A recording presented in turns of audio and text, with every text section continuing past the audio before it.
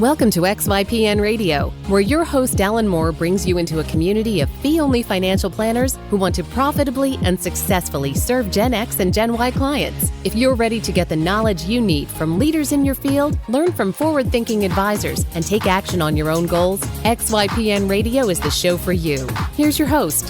Hello, and welcome to this episode of XYPN Radio. I'm Maddie Roach, your host. I'm excited to have XYPN member Denise Downey, owner of Financial Trex, a fee-only firm in Spokane, Washington, on the show today. Denise was one of the first 50 women to join XYPN and one of the first fee-only advisors in Spokane, Washington. Denise has spent her career in this industry, working on the trading floors of Wall Street and spending an 8-year stint at Fidelity, where she pursued her CFP and gained a deep understanding of financial planning. However, the 9-to-5 was taxing to her and her life. As a mother, she was drawn to spending more time with her family and dreamed of a way to work and to be present. Additionally, Denise was becoming uncomfortable explaining to clients how she was paid, since at that time, she was not fee-only. Today, she says the conversations around fees takes a fraction of the time it used to. Denise has built her firm from scratch, closing her first year with a mere 3 clients, and 3 years later, serving over 40 clients in a comprehensive manner. Denise speaks a lot about the role of money that plays in her house, in her relationships, and through her clients. We talk about what we can do as an industry to increase financial literacy among our fellow community members. She has a whole lot of optimism for her future and credits her happiness as the driving force for her continuation on the path of an entrepreneur. Although 5 years ago, she would have never guessed she would be a business owner, Denise wouldn't trade it for a thing. If you've ever wondered if you have what it takes to start a firm, this episode is for you. XYPlanning Network's annual benchmarking survey is out. Are you curious about the average number of clients XYPN members get in their first year, or how successful niches really are? To answer these burning questions and more, we've again enlisted a professional research firm to complete our annual benchmarking study. Get your copy hot off the press and discover vital statistics such as the median advisor revenue by years in practice and sources of firm growth, from referrals to blogging, social media, and more. Head over to xyplanningnetwork.com/study to purchase your copy today. You can find any of the resources we mentioned during the episode at xyplanningnetwork.com/243. Also, be sure to go to xyplanningnetwork.com/VIP to join our private group just for XYPN radio listeners. It's a community of advisors we've all been looking for that's there to provide support when we need it the most. Best of all, it's free. I encourage you to check it out. Again, that's xyplanningnetwork.com/VIP. Without further ado, here's my interview with Denise Downey. Hey, Denise, welcome to the show. Thanks, Maddie. I'm so excited to be here. Yes, I'm excited as well. It's so nice to have you on. Denise, for our listeners, is one of our longtime members. She's been with us for over 3 years and was one of our first 30 or so female advisors to join the network. So Denise has built an awesome firm, and I can't wait for her to share her story with everyone. So Denise, with that, go ahead and tell us what you've built so far. Tell us about your firm. Sounds good. It's so weird to hear that I feel like it was just yesterday that I joined, and here I am, 4 years later. So I started my firm back in June of 2016. So approaching 4 years now. I am a lifestyle firm. I did this for the purpose of kind of building my business around my lifestyle. Solo practitioner. So just me right now. But yes, where do I start? I came to XYPN. Let's see, how did I finally get here? I have about 20 years of experience in the industry. So that kind of says how old I am. I think I'm one of the older ones in XYPN. But I came with 20 years of experience. I had kind of a long path leading up to XYPN, or leading up to starting my own business. Right out of college, I did various jobs working at trade desks. I actually worked at the Chicago Stock Exchange for a little bit, but I really kind of found my footing in financial planning at Fidelity Investments. And so I worked for Fidelity for about 8 years prior to starting up my own business. So that's where most of my financial planning experience came from. And to be honest, I was living in Chicago at the time, and this was kind of a busy time of my life for me too, because this is also when I started my family. And so I, probably like many people, I struggled with the struggles with having small kids at home and having this full-time job that was very demanding. It was a very, Fidelity was a great company. I think it's one of the better broker-dealers out there in my opinion, but it was still it was a fast environment. It was a really competitive environment. I worked in the private client services division there. So I was oftentimes working 50, 60-hour weeks. My evenings were taking clients out to dinner and, going to sporting events, things like that. So struggled with that. And I kind of, to be honest with you, I burnt out. And I had two small kids at home at the time. And I realized I was paying a nanny to raise my kids. And that wasn't the lifestyle that we wanted. So my husband and I decided to make a huge change. I left Fidelity, and I had no plans on starting up my own business at that point. It wasn't in the cards at all. So it's kind of funny how life kind of takes its own turns. I left Fidelity. We moved from Chicago to Spokane, Washington.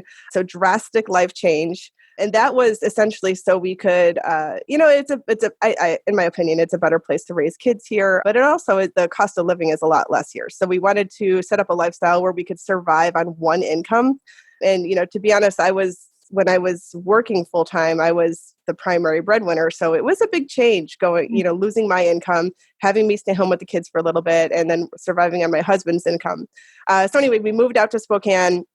After about a year of being home with the kids. I did actually, during that time, I started working on my MBA, but I got a little restless and I wanted to get back into finance. I missed financial planning. So I went from being burnt out and being done with the industry to kind of wanting to get back into it. So I went on a few job interviews with local places here. And to be honest, I really just I wasn't comfortable with it. The job interviews I went on, I realized it was going to be a lot of the same, a lot of the sales goals and a lot of the, gathering assets and all that hustle and bustle. And I really think that financial planning shouldn't be about sales goals and gathering assets. It should be a little bit deeper than that. So, enter burnout phase again. Then my husband actually put the bug in my ear. He said, well, you love financial planning.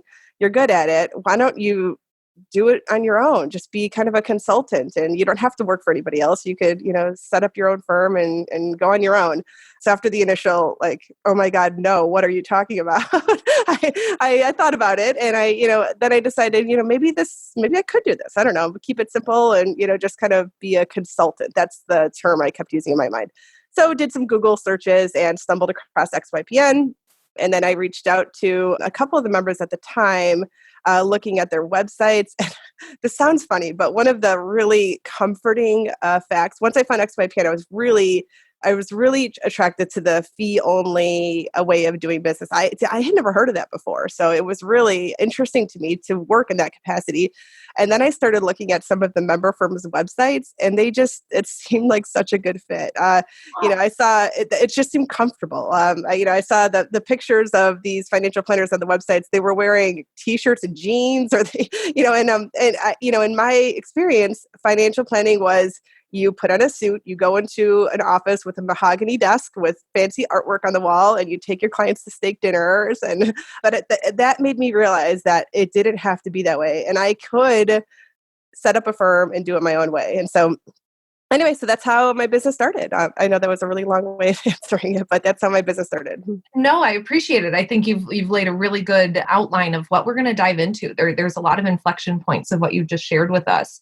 And I love that aha moment of, oh my gosh, that is something I could and want to do, and other people are doing it. I remember stumbling upon the first website I saw of an XYPN member before I started working here. She was standing in her blue dress, nice and powerful, saying she was fee only. And I thought, oh my gosh, I want to do that. And it really takes seeing someone else doing it before you believe, wow, I could. So let's backtrack just a minute. Let's give the listeners a kind of a high level view of Financial Trex today. You call it a lifestyle firm. What does that mean? How many clients? Who are you servicing? What kind? Sure. Yeah. So lifestyle firm just means one of my main driver for doing this was my family. When I started Financial Trex, I had two kids that were, 1 and 2. So it was, I had my hands full, and I really wanted to be there for my kids during that time of their life. I saw the importance of working, and I really wanted to work too, but I just really wanted, to be there in their early years of life. And now that they're a little bit older, I'm really realizing that level of importance doesn't go away. You need to be there for them. So anyway, my intentions were to start slow with Financial Trex, and I did. So I launched in 2016. I was doing it part-time. That was also my goal. Mm-hmm. My husband was working full time at the time. So I was doing this stuff in the morning before the kids woke up, during nap times. Saturday mornings were kind of slotted for, business stuff too. So I didn't have a lot of time to spend on it initially, but I really enjoyed doing it. And it really I had the enthusiasm and the passion. It was just a really exciting time for me. Anyway, so in 2016, I think I only had 3 clients at the end of the year. I launched in July, and I think I only got about 3 clients. But, I don't know, fast forward a couple years, it's 2020, and as of January, I have 40 comprehensive clients. I do hourly planning, and then I do comprehensive. I'm trying to focus more on the comprehensive right now, but I probably get about 2 or 3 hourly engagements per month. And then I have 40 comprehensive clients. And I'm at the point now where I need to decide what I want to do, because 40 is about, I hear this on other podcasts too, but I'm getting to the point where I'm at capacity. I think I could probably go to 50 without it being too uncomfortable, but then I really need to make a decision on, do I just cut it off, or do I hire somebody, or what do I do? And I don't want to compromise the fact that this is a lifestyle firm. Well, congratulations to making it to this point of finally having a decision in front of you of what do I do to scale this firm.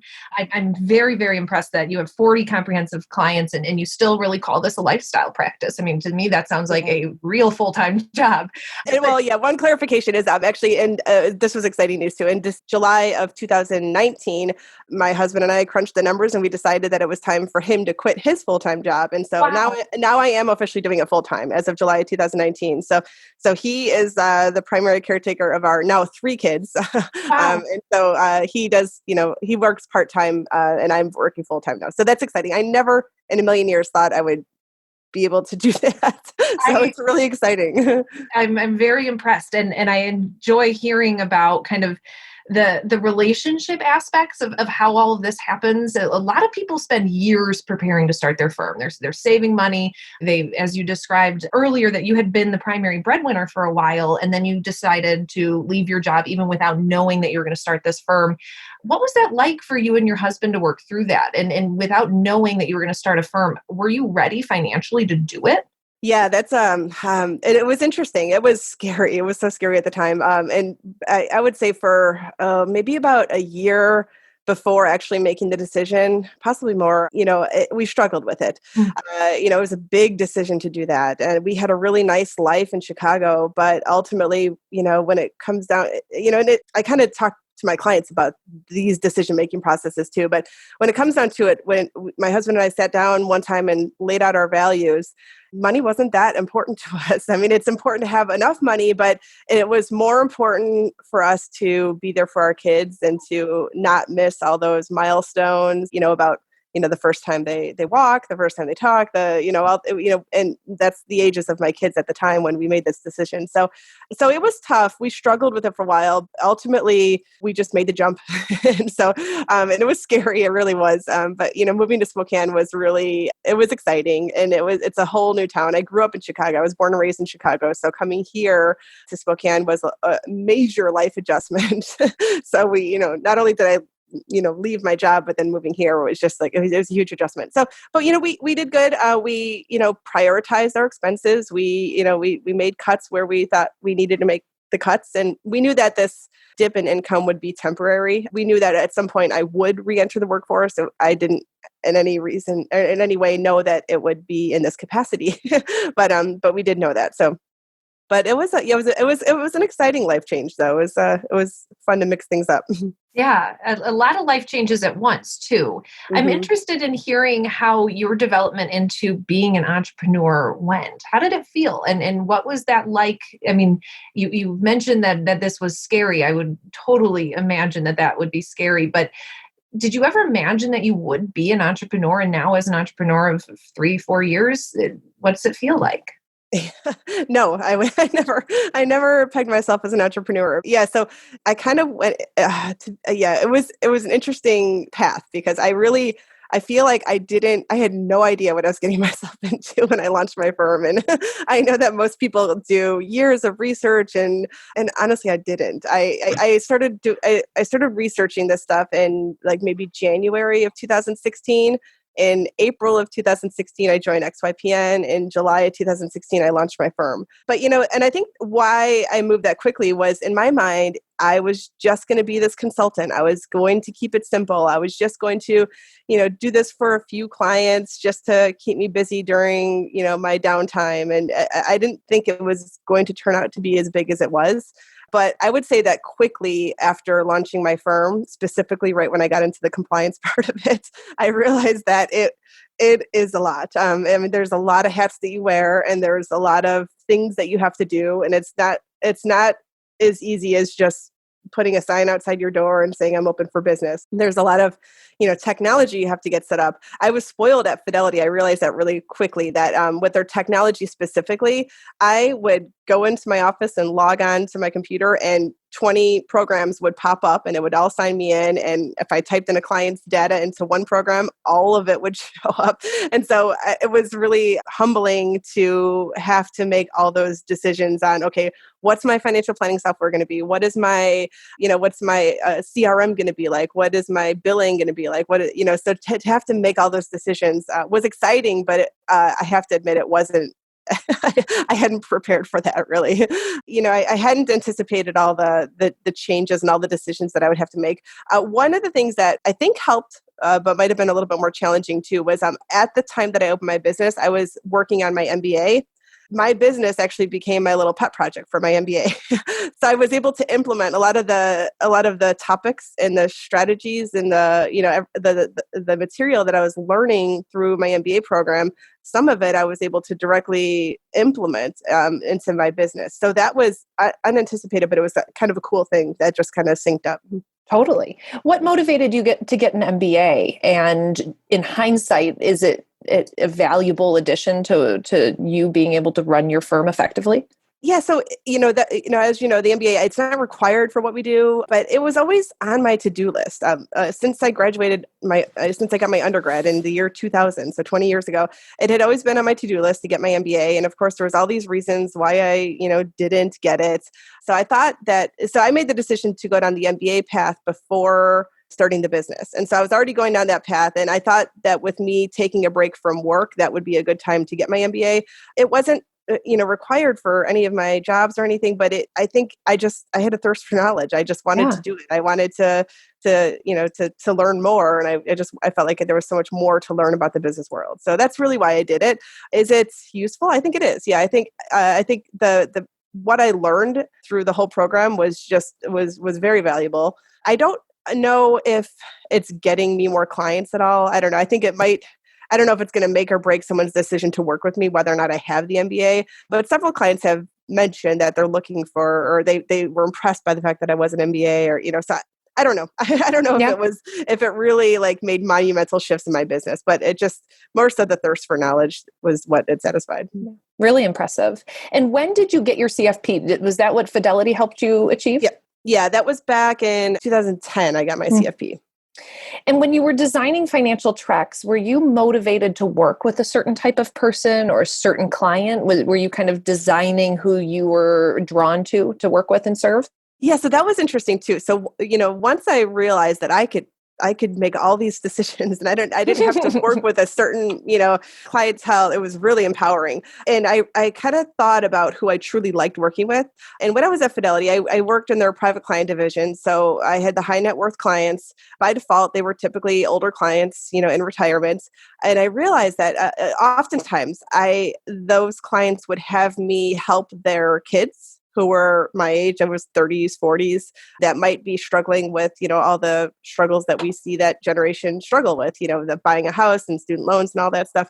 So I truly liked working with that generation because I feel like they're ignored. I don't think a lot of financial planners are really looking to help them because they don't have a lot of money. And B, they just have so many balls to juggle. And I was in that generation too. I mean, it's difficult to we know all this. It's difficult to juggle all those balls. So that's why I decided on focusing on the younger generation, which was also why XYPN seemed like such a good fit. And when did you really understand the difference between fee only and not fee only? It was after I found XYPN. I started, doing a little digging. I think I found NAPFA right around the same time too. And yeah, so it was a process to learn. And honestly, I couldn't wrap my mind around it at first. I was so stuck in the broker dealer world, and I didn't think there was another world out there. And so it was, and that I just, all the questions kept coming up, like, well, how do you sell insurance? Well, you don't, or how do you get paid? And it's a lot simpler than the broker dealer world. So it was, all the questions that came up were so easily answered that it was almost like misleading how easy it was. Yeah, I had no idea that this world was even out there. So it was just really great when I found it. It seemed like such a natural fit. I had always felt uneasy about the way I was compensated in the broker dealer world. I just thought it was, my belief is when it comes to money and health, there should be no conflicts of interest because those are so important in people's lives that you really want just such an unbiased opinion when it comes to those two things. Absolutely. When you're working with your clients, are you sensing that they really understand what that difference is? Had you been sitting behind a desk at Fidelity versus where you are now? Are clients talking differently just kind of 15 years later? Yeah, it's so most people when they find me because I'm fee only. I don't do any marketing, so every of the clients that come to me normally, usually they find me on Google. They Google fee only planner, and going back a step further, I always ask how they learn about fee only planning. Wow, and it's typically a podcast, that they listen to, or they just. I think the word is getting out about fee only planning, so the conversation's really easy. I mean, when I worked for the broker dealer, it was very much. I hated that question. How do you get paid? Because I hated it because, I had to tell them that part of it was, like we couldn't say commission, but it was, bonuses based on production and that kind of stuff. But it was a very difficult conversation to have because it was complicated. And then I basically had to tell them that I was selling them stuff. It was a very difficult conversation to have. Now it's easy. It's, I get paid based on the fee that you pay me, and that's it. So it's a very simple conversation. It's one of those where even if they ask me that question, it's a 10-second conversation and then we're on to the next topic. Oh, that's so nice. It's really nice. Yeah. Move right through it. Would you mind letting the listeners know what your fee structure is or fee structures? Yeah. So this is one of the big decisions you have to make too when starting up. So I decided that I wanted to be, when I started, I was going to be financial planning only. I spent so many years selling professionally managed money that I didn't want to do that anymore. And then, I had a pretty strong trading background. I worked at multiple trade desks and, working at the stock exchange, and I just didn't want to do it. So I started out just being financial planning only, and I was going to empower people with placing their own trades, but helping them along the way. So, and I'm still mostly financial planning only. I did realize pretty soon after starting that as soon as you stop selling professionally managed money, people want it. So there were some people that just, they said, you know what, Denise, this is great. I'm glad you're helping me with my investments. I'm glad you're teaching me how to place these trades and rebalance my portfolio, but I don't want to do it. I want you to do it. So I do manage money for a few of my clients, not many. Most of them I lead with trying to, have them do it on their own. Because I do think that people should learn how to do this, and people should do it on their own. People could do it on their own if they just had the time to do it and the education around it. So anyway, I mostly financial planning. I do comprehensive financial planning where I charge an initial setup fee. And then I charge I'm in Washington, so I charge quarterly in arrears, to do, for the comprehensive planning.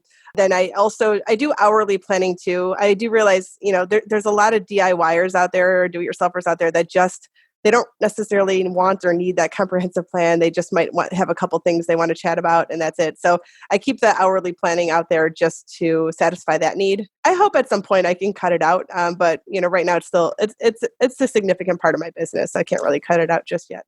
Yeah, and to be fair, I think consumers are quite frankly looking sometimes for just hourly until they really understand kind of what comprehensive long-term engagement looks like. Hourly is the most digestible. I would just think as a consumer. You said something really interesting that you don't do any marketing. I'm really interested to hear how you said that you had 3 clients at the close of 2016. How did you find them? And what have you done since then to make sure your name is getting out? I really think I just got lucky with this. I did.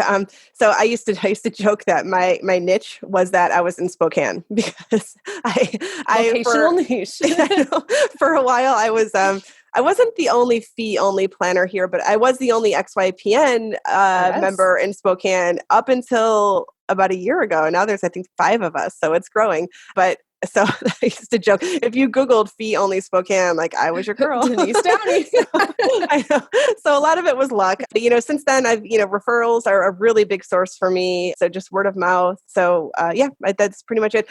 When I started out, I was doing, so back in 2016, 2017, I was doing a lot of like presentations. Like I got involved with a co-working place here and I would do presentations for them.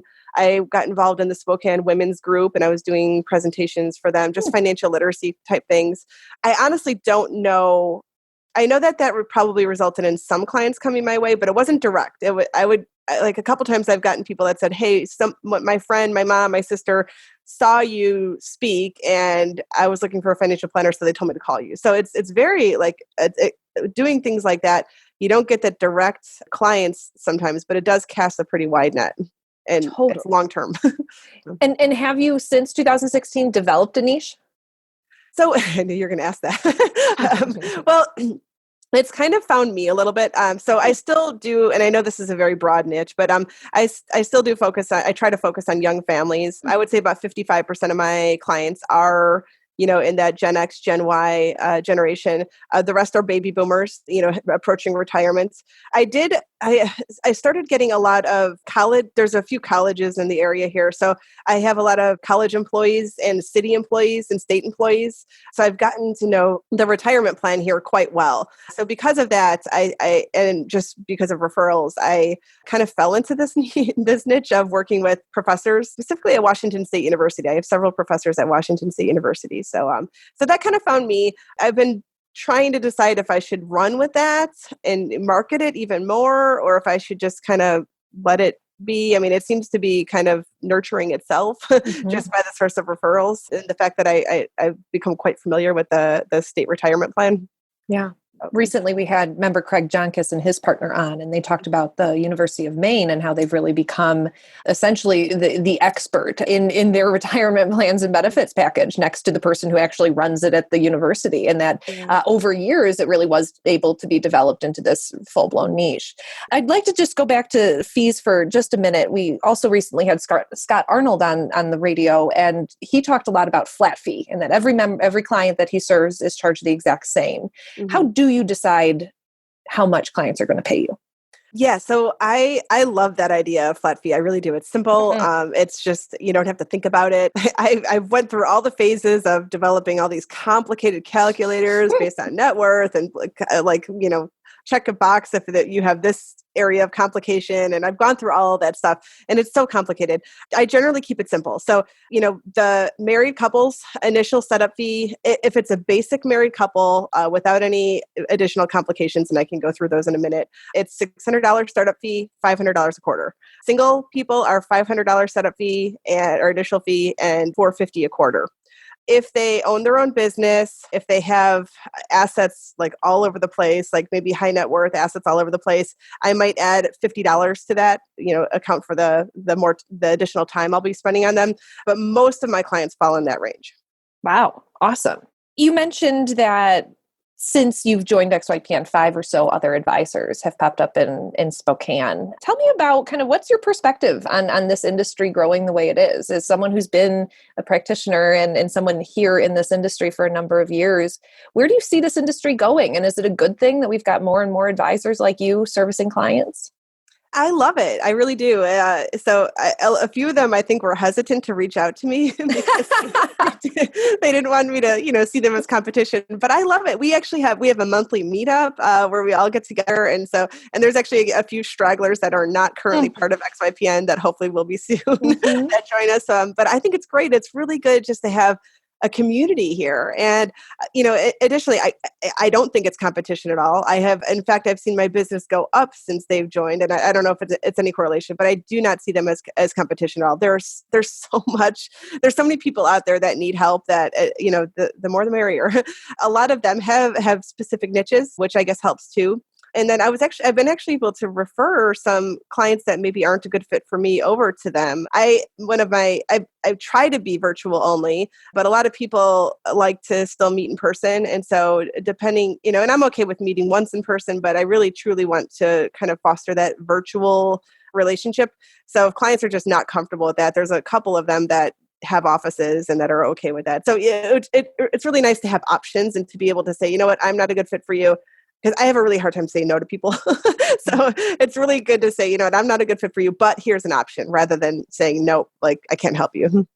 And why your emphasis on virtual? I like it. I go back and forth with whether or not I want to get an office or not. But truly, I think it goes back to the lifestyle practice. My husband and I just have crazy lives right now. We both work from home. We both, he's a software developer. So we have this office in our basement that we both use. And our days are very fluid. It's literally, and we have rough schedules of what days I'm going to work and what days he's going to work. But it's really nice to be able to, assuming I'm not in a meeting or recording a podcast, it's really nice to, if I hear that like things are coming unhitched upstairs, I can run upstairs and help him and vice versa. So it's nice to have the flexibility. It's nice to, go upstairs and have lunch with my daughter or to be able to pick up my kids from school. And I like working from home. I like being around. I like, just being here for my family. What else has a lifestyle business afforded you outside of the incredible family dynamic you're building? What do you think you've been able to do that you wouldn't have been able to do otherwise? I think just, to me, it's happiness. I'm not the kind of person that can go and sit. I tried this and it didn't equal happiness for me, but I don't really like going to an office every day at the same time and staying there, whether or not I like it or not, till 5:00 every day. There are times when your brain works better than others. Mm-hmm. And so I think I heard, Lori talk about mm-hmm. this too, about how it offers you the flexibility to, if you're really having just a hard day and you just can't focus, well, don't work then and right. Get up and, go for a hike or, go to the store or do other things that maybe can use a different part of your brain capacity at that moment. Whereas if you wake up at 4:30 in the morning, like I often do, and your brain is like ready to go, you can crank out a bunch of financial plans before the kids even wake up. And so it really, it gives you lots of flexibility. It gives you lots of autonomy to just, we're all juggling so much in our lives right now, whether or not you have kids or not, there's work is not everything. So to be able to just pause work for a little bit and not have to worry about, numbers and sales numbers and, did I meet my goal? Did I do all this? It's really nice to just be able to take a break from that and focus on other areas of your life. I have lots of family out of town, so we travel, we go back to Chicago a lot. So it's nice to be able to do that and not worry about vacation time and, putting the business on pause for a little bit. So it's just really nice to have that flexibility. Yeah. And I love that you use the word fluid to describe kind of your days. And I think we as humans are very much fluid and that we are at our best when we're able to work a little bit more fluid in our lives and do what is calling us. I totally agree with you that being able to have flexibility to work when you can and want produces stellar work. Mm-hmm. Ultimately, you get a lot better work product out of people mm-hmm. when you let them choose their time and space to do it. Let's talk about something that maybe doesn't make everyone happy, and that's compliance. You are in the state of Washington. We have had other members on the podcast before talk about their experience in Washington. I'm interested, Denise, as someone who was not running the compliance department of Fidelity, what was it like to be the chief compliance officer of Financial Trex? I actually did get blindsided a little bit. I did get examined in 2018. This was right when I honestly had no idea at that point that I was going to get torn apart as much as I did. I think I was the first one. It was right, me and Meg got her technical visit around the same time too. But so it was October 2018.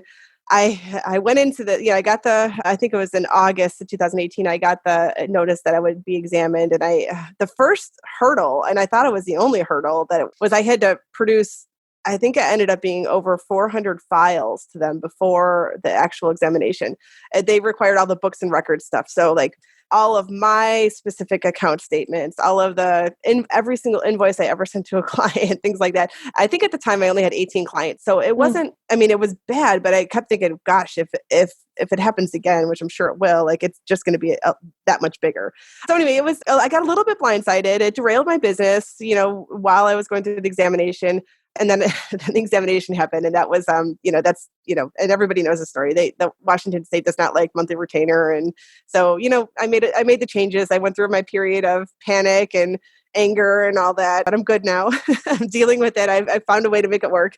But yeah, so I don't know, back to your question, what does it feel like to be the chief compliance officer? It's annoying.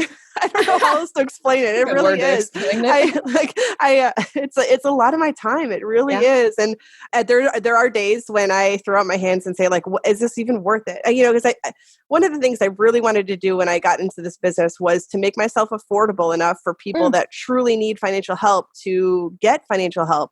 And unfortunately, with all the compliance, I've had to increase my fees just because I'm spending so much time on compliance. And so, for every client I take on, there's hours of compliance work that I have to do. And so on an ongoing basis. So it's unfortunate because I think priced me out of some of the lower income families that I truly wanted to work with and wanted to help. And I do offer, I do work with some of them just on a really discounted rate. And it's probably costing me more money than anything to work with them. But yeah, so it's annoying, it's expensive, but it's part of the business. And I, trying to look at it from their point of view, from the regulator's point of view, I appreciate what they're doing. Let's be honest, there's a lot of people that are possibly not doing things for the best reasons in this industry. And I think the more the regulators kind of seek those people out and the harder they are, I think the better this industry will be and the better clients will be. Yeah, I appreciated Kingston Holman's compliance consultant here at XYPN, his perspective on the show a couple of weeks ago that, their job is to protect the citizens of the state from the folks that in the industry or the part of the industry that a lot of us came from, quite frankly, and an area that is still booming. I'm wondering, Denise, were you using the monthly retainer model prior to October of 2018? I was. Changed it? Yeah, I had to change it.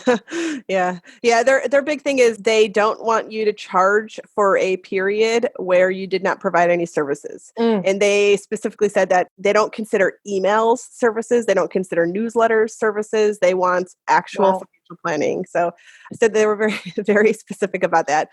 So yeah, I had to switch so that was a big change of the business. And there were, there were times when I wanted to just throw in the towel and just be done with it. But now, because you charge in arrears on a quarterly basis, it's just assuming you've serviced them at some point during that quarter. Yeah, and that's kind of the model that I have. Is I do meet with my comprehensive planning clients, the retainer clients. I meet with on a quarterly basis. Wow. So it's sometimes they're short meetings just about cash flow budgeting. Sometimes they're more robust about retirement planning or investments. But I do have contact with them once a quarter.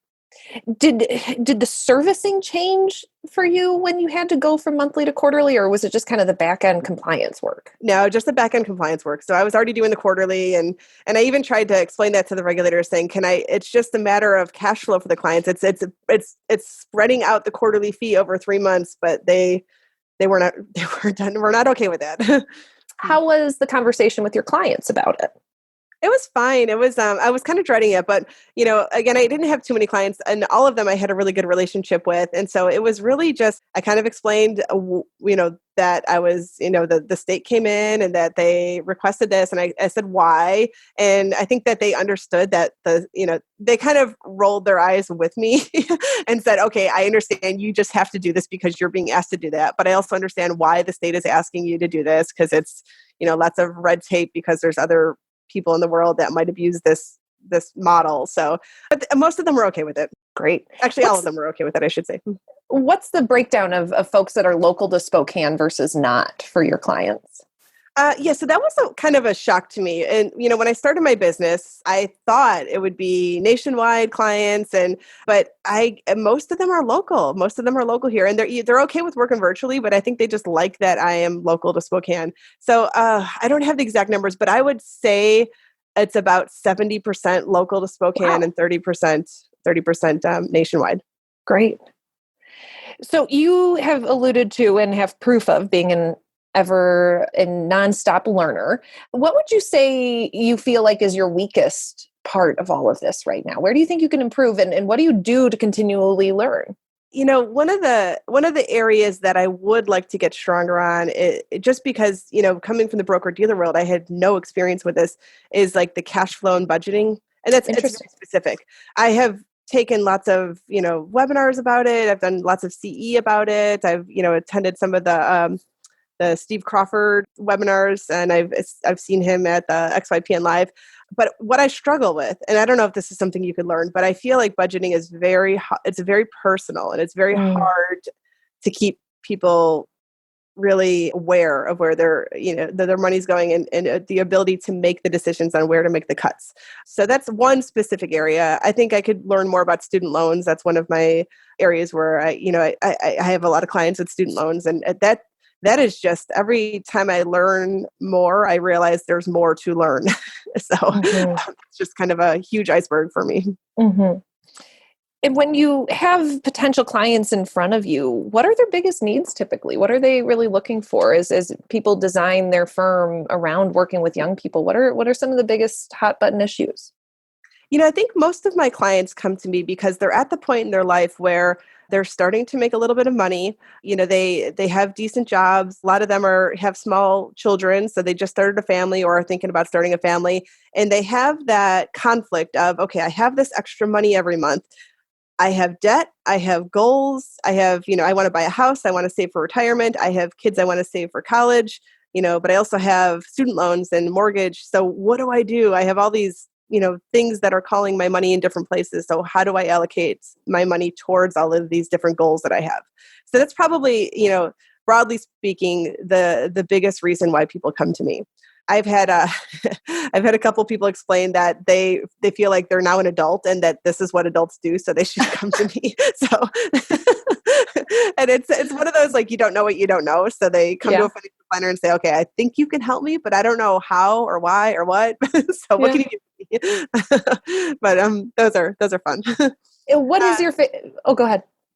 Yeah, and I would say that, and the other thing is just investments. So once they're getting investments, what do you do with it? How do you invest it? I think there's such a financial illiteracy when it comes to investments, and so many of us have 401ks and retirement plans, and and all these vehicles to invest, but nobody knows how to invest. So so that's the other really big gaping hole that I'm seeing.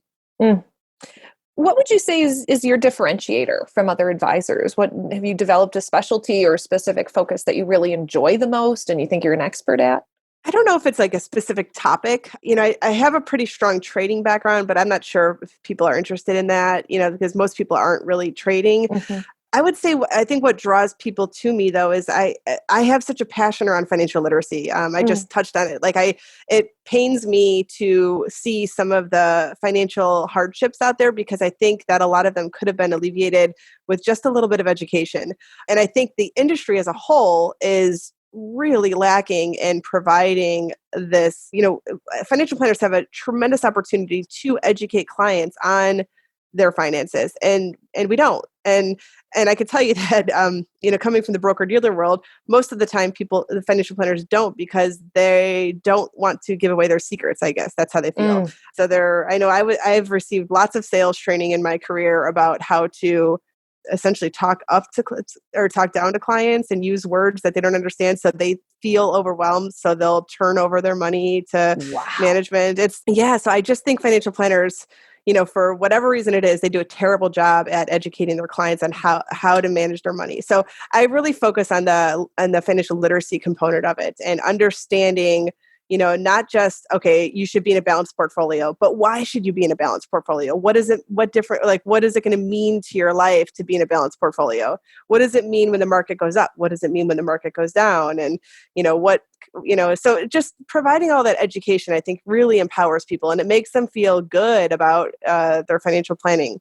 I've had a lot of clients say that going to a financial planner is like going to a dentist, or, just all these awful comparisons where you just like you dread it and then you feel bad leaving there. And so my goal is to help to make people smile after they're done with meeting with me, and help them feel good about it and feel motivated, after our conversations. That's great. What do you think the industry could do to move that needle forward? What can we do as advisors? Is it including it in our conversations with our clients, or is there kind of a national effort we need to make here with education?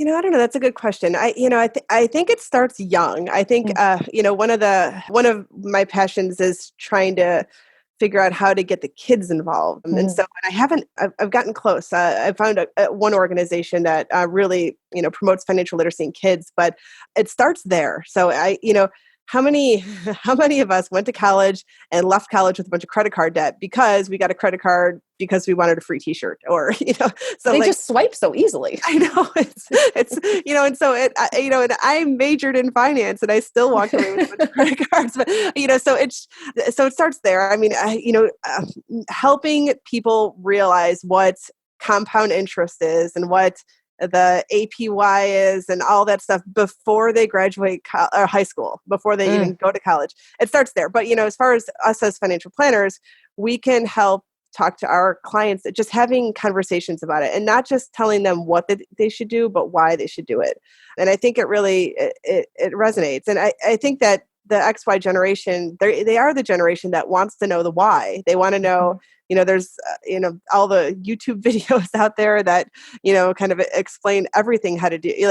I think we're just that generation that not only wants to know what to do, but why we should do it. So, your question about is there something national we could do? I'm not sure. I think in general, it's moving that way. There's so many more educational podcasts out there. Like NPR has that great one. So there's just a plethora of things out there. So I think it is moving in the right direction. Yeah. How are you incorporating your children into your business and your lifestyle and into this conversation about what money means?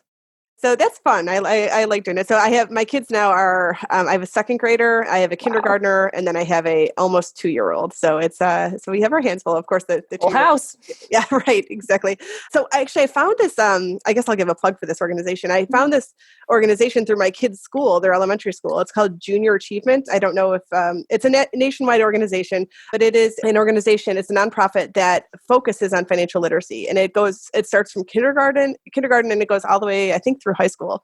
It's a terrific organization. So I would say that any listeners out there, if you have elementary school or middle school kids, check with your school and see if the school is adopting the material for the junior achievement. The particular school that my kids go to, I know the PTG, the parent teacher group, makes a decision to provide this program to the kids. And then they actually look for parent volunteers to teach the material. So I do a lot of the teaching of the material at my kids' school, but it's great. I mean, it starts with the kindergartners. It starts with, okay, what is a need? What is a want? Wow. And, how do you make a dollar? What does it mean to make money? What does it mean to earn $1? And then when you earn $1, how do you spend it? And you could also save it, and you could also donate it. So it starts very just like it's really adapted to their age group. The second grade curriculum was even more interesting. It was about becoming an entrepreneur. So wow, yeah, okay, starting young. I know. And so all these little second graders, the material kind of walked you through where they actually had to start their own little donut shop, and then my gosh, they had to make the perfect donut, otherwise people wouldn't buy it, and just so it talks about what it means to be an entrepreneur and taxes. It goes into taxes, which is really fun. And what to do when the donut auditor comes in and asks for documentation. Right. Exactly. Where's your books and records for this donut? So is this a program that your children are going to school and it's a class, or is this an extracurricular, or how is the school integrated that? That really sounds like a promising program. It's great. It's part of I think it's for their social studies. So it's cool. Right now it's 5 hours a year. So I teach 5 1-hour classes per class. So it's but it's integrated in with their social studies curriculum. But it's not extracurricular. It's in the school day. So but it's fun. But yes, aside from that, I just we try to talk to our kids a lot about money. And I mean, when we go to the store, if they try to put something in the cart, we talk about needs and wants all the time. And so we say, okay, is that a need or a want?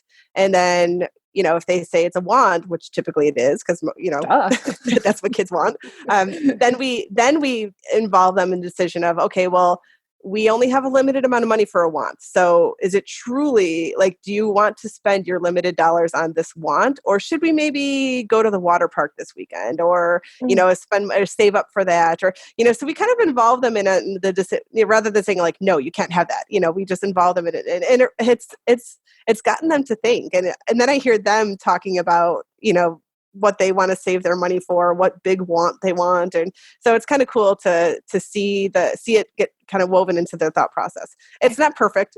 Kids are kids. They're going to, they're going to throw a tantrum if they don't get the toy at Target, but I would think it helps. I don't know. Oh, I bet it's helping. And to be able to develop that understanding that if I don't spend it now, I'll have it later is a really, I remember learning that as a young adult that, it really is that you want to prolong some of the spend and not always just act in the immediate gratification. Changing tune a little bit, I sense that you will probably never be going back to a 9-to-5 and that you will probably always wear this entrepreneur hat well. What's the future looking like for you? Oh, geez, that's a good question. So yeah, I need to make that decision. So as I mentioned before, I'm at the point now, I never thought I'd be making this decision, but I'm at the point now where I need to decide, okay, what's next for Financial Trex? I'm really comfortable with where it's at. I love what I do. I don't really want to change anything, which is, which is why it's so hard. But I still have prospects knocking at my door, and it's a really good problem to have.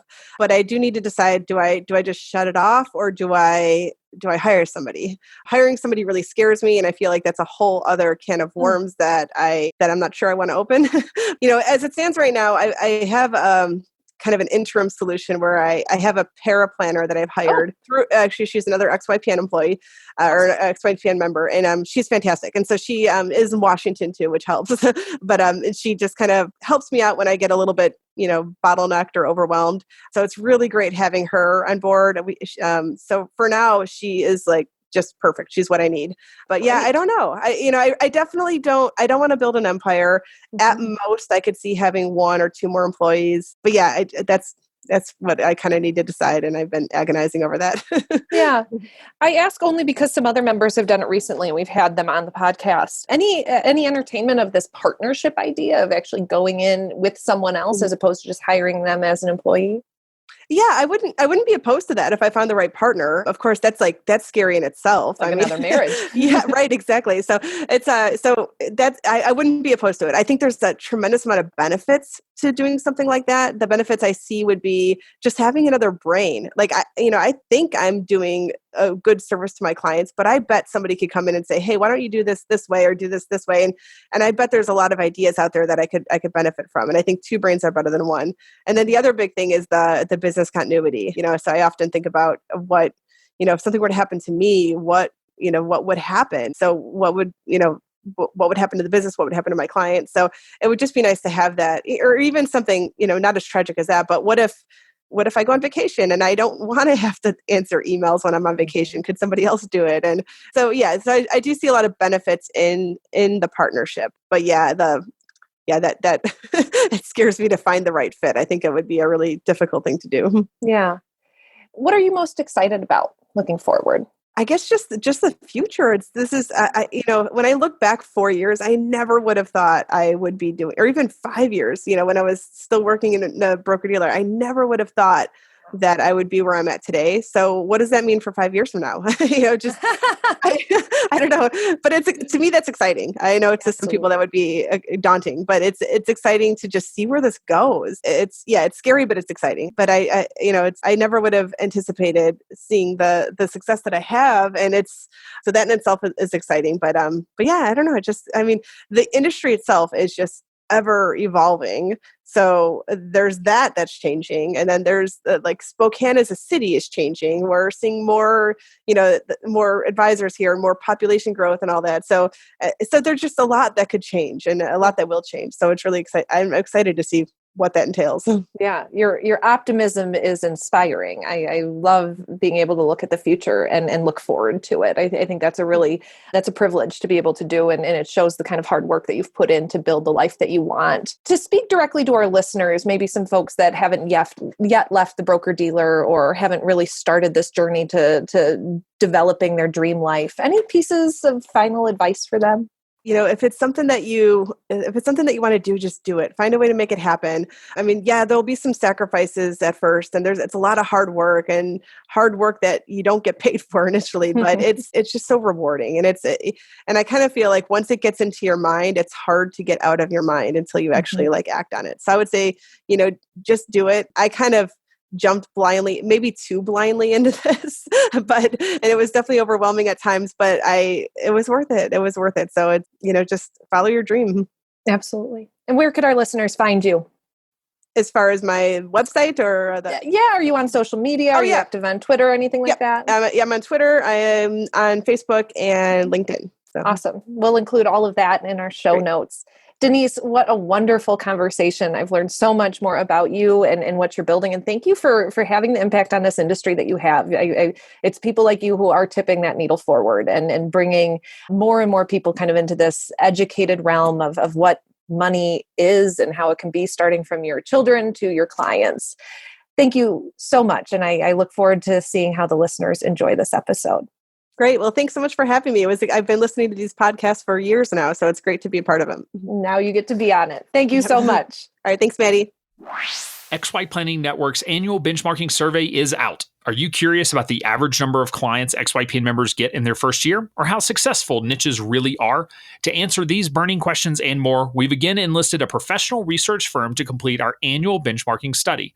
Get your copy hot off the press and discover vital statistics such as the median advisor revenue by years in practice and sources of firm growth, from referrals to blogging, social media, and more. Head over to xyplanningnetwork.com/study to purchase your copy today. Be sure to join our VIP community at xyplanningnetwork.com/VIP to hang out with other XYPN radio listeners, ask questions for future mailbag episodes with Alan and Kitsis, and finally, to find a community of like-minded financial advisors. Thank you so much for joining me today. We'll see you next week. You're not alone, and you're not crazy. It's scary starting, building, and growing your own financial planning firm. And that's why we put together a free private community just for you, the Cutting Edge Financial Planner. Go to xyplanningnetwork.com/VIP or text XYPN Radio to 33344 and join a network of thousands ready to change the lives of Gen X and Gen Y clients.